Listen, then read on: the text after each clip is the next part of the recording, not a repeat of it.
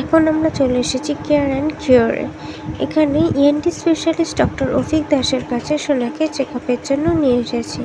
কারণ সোনার গলায় একটা ইনফেকশন মতন হয়ে গেছিলো অ্যালার্জি থেকে, তো সেই জন্যই ওকে আবার চেক আপের জন্য নিয়ে এসেছি। আগেও একবার চেক আপ করিয়েছিলাম, তার জন্য সোনা জানে যে এখানে কীভাবে ডক্টর চেক আপ করেন, যার ফলে ভেতরে আসতেই ভয় পাচ্ছিল।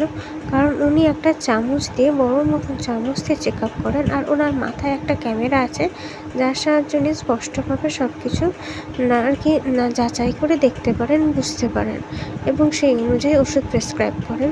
তো উনি বললেন আগের তুলনায় অনেকটাই পরিমাণে ওর অ্যালার্জি বা ইনফেকশনটা কম আছে, তাই কোনো ভয়ের কিছু নেই। আর এখন জ্বর সর্দি কাশির জন্য যা যা প্রয়োজন উনি সেই ওষুধ প্রেসক্রাইব করে দিয়েছেন। আর এখন আমরা এই কেয়ার অ্যান্ড কিওর থেকে সমস্ত ওষুধগুলো নিয়ে নিচ্ছি। আর এই কেয়ার অ্যান্ড কিওরের যে দাদাটা আছে সে আমাকে সমস্ত ওষুধগুলো কীভাবে কী ওকে দিনে কতবার দিতে হবে, কী পরিমাণে দিতে হবে, সেগুলো আমাকে ভালোভাবে বুঝিয়ে সব দিচ্ছে। একটা ওষুধ একটু ওনার বুঝতে প্রবলেম হচ্ছিলো বলে একদিক থেকে সুবিধা যে এই ফার্মেসি ডক্টর বসেন, সেই জন্য উনি ভালো করে জেনে এসে সেই অনুযায়ী আমাকে ওষুধটা দিয়েছেন।